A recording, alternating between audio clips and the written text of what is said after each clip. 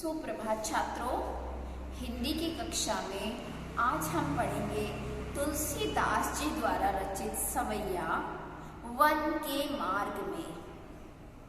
इस सवैया में रामचंद्र जी जिस समय वनवास के लिए अयोध्या से निकलते हैं, उनके साथ सीता जी और लक्ष्मण भी जाते हैं। तो रास्ते में आने वाली सभी कठिनाइयों का वर्णन इस सवैया में तुलसीदास जी ने किया है और बताया है कि किस प्रकार से सीता जी जब पहली बार महल से निकलकर बाहर कांटों भरी जमीन पर चलती हैं, तेज धूप में उन्हें पसीने आते हैं, प्यास के कारण वो व्याकुल हो जाती हैं। तो इसी करुण अवस्था का उन्होंने बहुत ही सुंदर शब्दों में वर्णन किया है। पढ़ते हैं हम प्रथम सवैया। प्रथम सवैया है पुर ते निकसी रघुवीर वधू।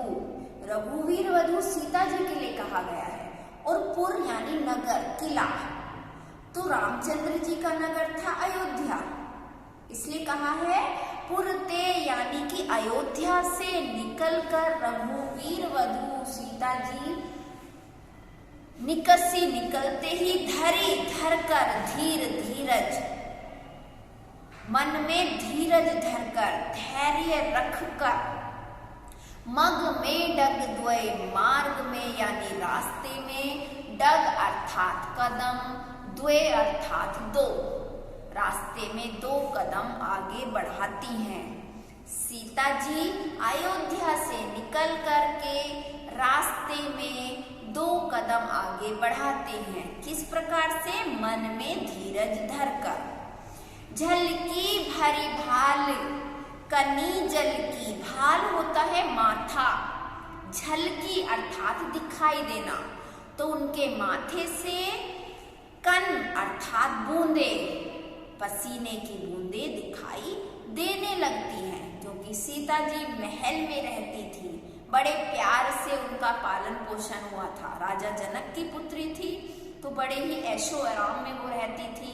और उसके बाद रामचंद्र जी से विवाह होने के बाद भी वो महारानियों की तरह ही रहती थी। लेकिन अब जंगल का रास्ता है, तेज गर्मी है, तेज धूप है, तो उसमें सीता जी थोड़ी ही दूर अयोध्या से चलती हैं, तो उनके माथे पर भाल अर्थात माथा, उनके माथे पर पसीने की बूंदें दिखाई देने लगती हैं।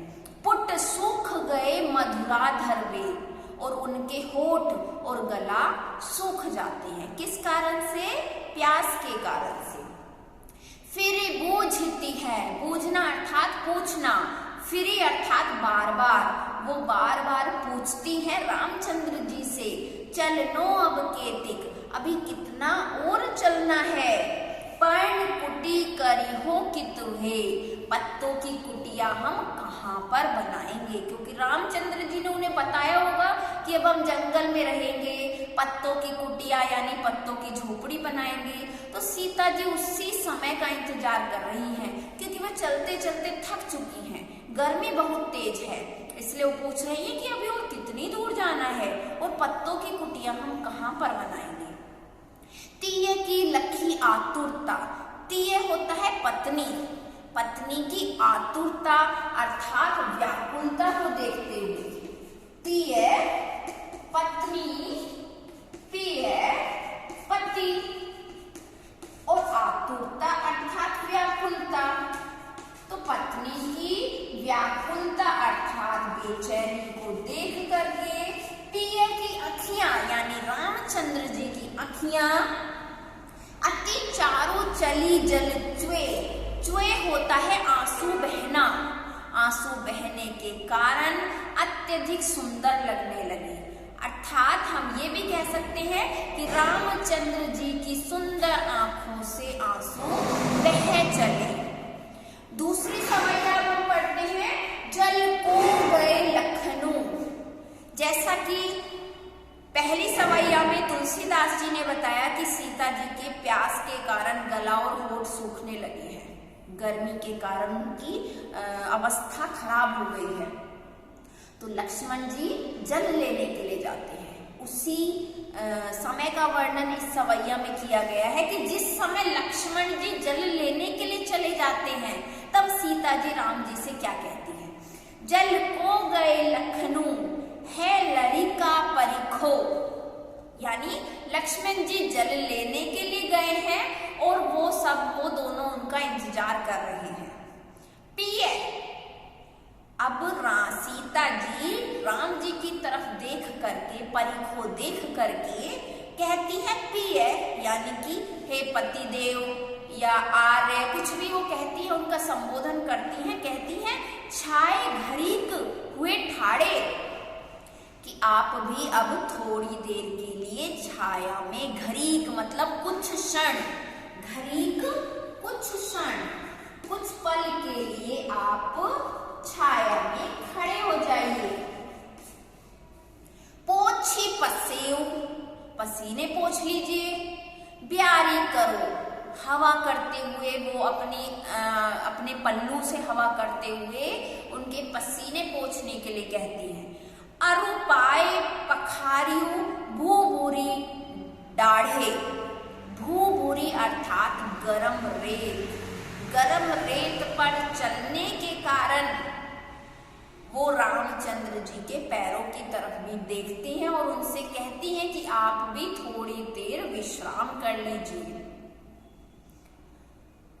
तुलसी रघुवीर प्रियाश्रम जानी के बैठी, अब सीता जी की इस चिंता को देखते हुए और रामचंद्र जी के प्रति सीता जी के प्रेम को देखते हुए रामचंद्र जी का मन पुलकित हो जाता है, प्रसन्न हो जाता है और वो कुछ समय के लिए इंतजार करने के लिए, प्रतीक्षा करने के लिए बैठ जाते हैं पेड़ की छांव में। लोग कंटक ढाड़े, और अपने पैरों में चुभे हुए कांटे निकालने का अभिनय करते हैं, यानी वो पैरों से कांटे निकालने के बहाने बैठ जाते हैं ताकि उनके साथ सीता जी भी बैठ सके, क्योंकि सीता जी ने उनसे कहा कि चलिए बैठ जाते हैं। जब तक रामचंद्र जी नहीं बैठेंगे सीता जी भी नहीं बैठेंगे, और उन दोनों के पैर गर्म रेत पर चलने के कारण बहुत ही ज्यादा गर्म हो गए हैं, उनमें दर्द हो रहा है। इस प्रकार से सीता जी की करुण अवस्था को देखते हुए रामचंद्र जी अपने पैरों से कांटे निकालने के बहाने बैठ जाते हैं। जानकी नहा को नेह लखियो, जानकी किसे कहा गया? सीता जी। जानकी क्यों कहा जाता है? जनक की पुत्री थी सीता जी, राजा जनक की पुत्री थी, इसलिए उन्हें जानकी कहा गया है। जानकी पति का अपने प्रति प्रेम देख करके पुलको तनु, उनका तन यानी उनका मन या वो स्वयं प्रसन्न हो जाती हैं। बारी विलोचन डाढ़े, और बार बार वो उनकी तरफ प्रसन्नता से देखती हैं। तो छात्रों, इस प्रकार से हमारा पाठ सवैया, जिसका नाम है वन के मार्ग में, वो पूरा हुआ। इस पाठ का अभ्यास कार्य हम अगली कक्षा में करेंगे। धन्यवाद।